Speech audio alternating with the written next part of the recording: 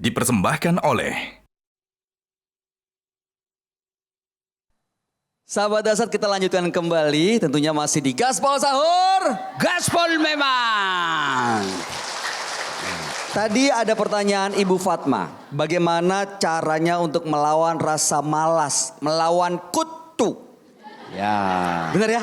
Ya. Benar ya? Kutunya, Kutu. kol-kolannya udah benar. Ya. Jadi ketika ibu mau berbuat baik, jangan pikir setan menyerah. Terus Tambah ada goda, ndak usah kau mengaji, ndak usah kau mengaji, ndak usah mengaji. Maka harus dilawan, muncul rasa kutu, malas, istighfar. Istighfar dulu. Astaghfirullahaladzim wa atubu ilaihi. Lalu tambah dengan kalimat a'udzubillahi minasyaitonirrajim. Kita berlindung kepada Allah dari godaan setan yang terkutuk. Karena ibu itu lagi digoda setan. Nah, langkah berikutnya bagaimana supaya termotivasi? Kalau saya yang saya amalkan, satu, tempat yang paling sering saya kunjungi harus ada pembacaan ayat suci Quran di situ. Apa gerangan? Satu yang paling sering itu saya tempati mobil. Jadi di mobil saya itu baru naik, sudah pasti bunyi Al-Quran. Ya, nah. Karena saya ini pendakwah, saya tidak tahu bahasa Arab, tapi karena saya tidak tahu bahasa Arab, maka saya selain misalnya dibaca satu ayat, ada terjemahannya. Jadi sekarang banyak sekali aplikasi seperti itu, Bu. Masukkan download suju, anaknya suruh ibu downloadkan ke anak-anak Al-Quran versi Abdurrahman As-Sudais yang sekalian dengan ada terjemahannya. Ada ibu.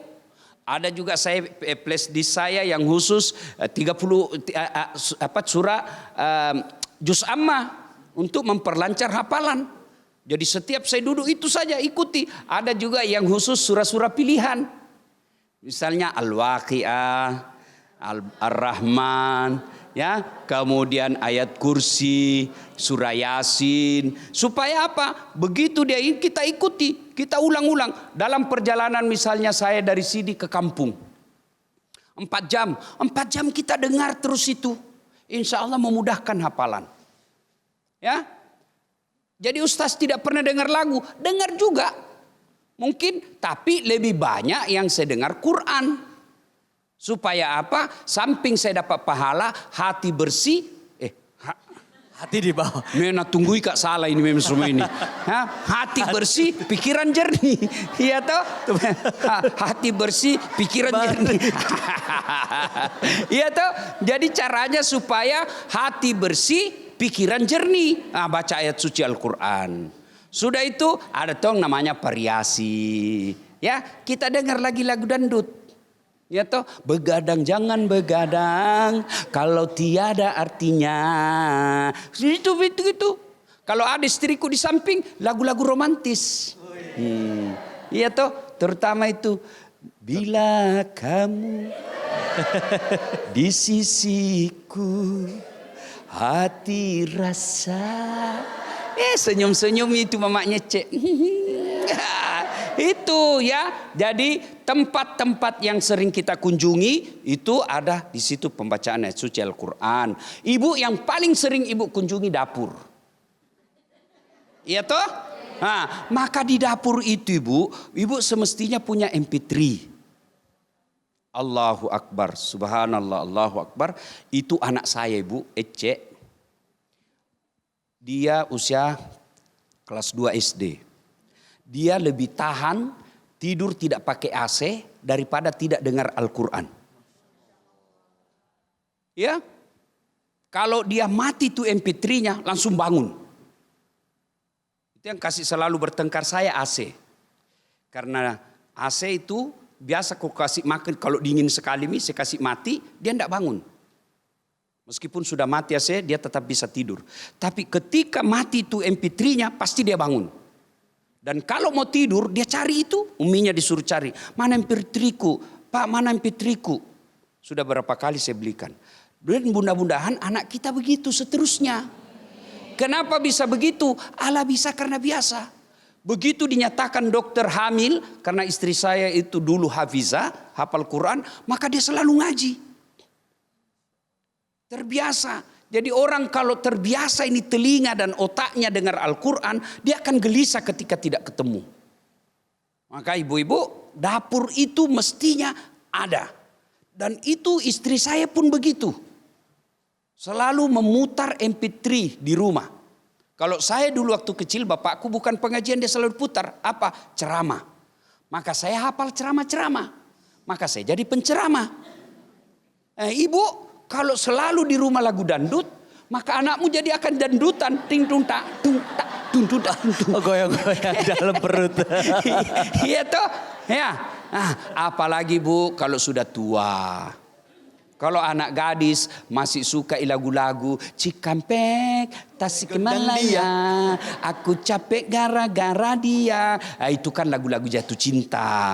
Ibu sudah punya anak, punya cucu, bapak-bapak sudah punya kerja yang baik, sudah punya rumah, tinggal menunggu untuk persiapan akhirat. Maka di rumah mestinya lebih banyak diperdengarkan ayat suci Al-Quran. Sudah di dapur, mobil, mana lagi? Di kamar tidur. Itu mesti ada ibu. Mudah-mudahan ibu selesai pengajian ini jadikan itu kebiasaan. Amin. Insya Allah. Kalau dulu kan susah dapat radio, susah dapat tape, susah dapat kaset. Sekarang ada semua ibu. HP bisa jadi pembacaan ayat suci. Iya toh ibu. Maka sebelum tidur, kasih putar itu. Insya Allah tidur tenang. Ya, supaya nanti sakaratil maut pun insya Allah terbiasa lisan kita mengucapkan kalimat-kalimat baik. Kalimat-kalimat mulia. Ya. Sudah. Siap. Dahsyat Mana yang sekali. tadi bertanya ini? Itu Ibu, Bu Fatma. Oh, itu Ibu Fatma. Sudah terjawab ya Bu? Sudah Bu? Ya, Sudah. sama-sama. Terima kasih sama-sama. Sama-sama. You understand? Yes. Mantap. Jadi supaya melawan rasa malas harus dibiasakan ya Pak Ustadz ya. Ya Bu ya. Ya. Jadi mudah-mudahan itu bisa menjawab pertanyaan dan melawan rasa malas kita. Sekaligus kami butuh petuah nih untuk menutup pembahasan kita hari ini Pak Ustadz. Kalau tadi sudah disampaikan orang-orang yang dirindukan surga, mungkin juga boleh ditambahkan orang-orang yang tidak diharapkan surga. Oke. Sekarang sudah semua amal-amal baik. Tapi demi Allah tidak mungkin masuk surga tanpa ada kuncinya. Sudah ngaji, puasa, tadarrus, sedekah, sholat, silaturahmi, bagus semua. Tapi tidak ada kuncinya. Tidak mungkin bisa masuk. Apa kuncinya? Sholat. As-sholatu miftahul jannah. Sholat itu kuncinya surga. Ibu-ibu pernah nabung? Pernah nabung? Nah, kasih uang tellernya yang terima uang. 1 bulan kemudian ibu datang. Minta ke uangku yang 10 juta. Nah kasih ki bu? Nah kasih ki? Tidak. Apa dulu nak minta? Apa ibu? Mana buku tabungan tak? Mana KTP tak? Hilangi. Nah uangku jitu. Mana KTP? Hilangi. Mari nas kau tahu jitu? Buka ko CCTV. Saya simpan uangku di sini.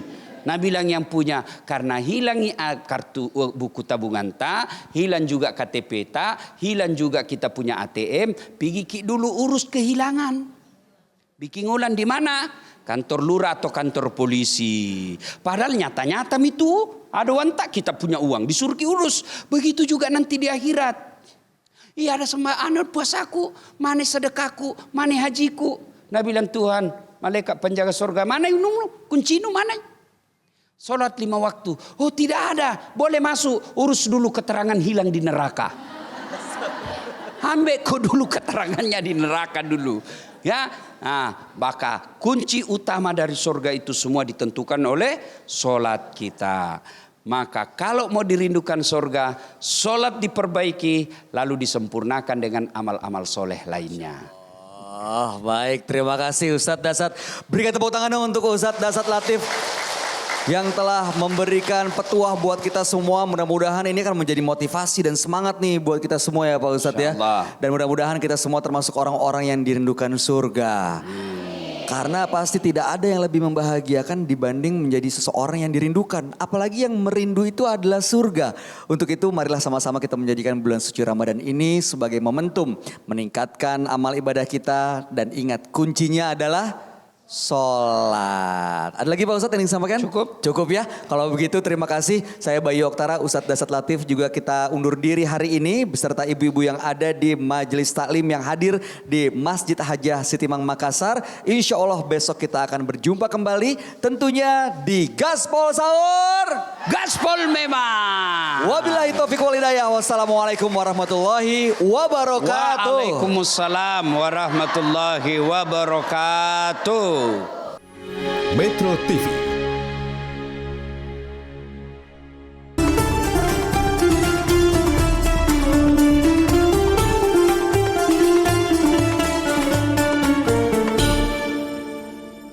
Dipersembahkan oleh Jelajahi cara baru mendapatkan informasi. Download Metro TV Extend sekarang.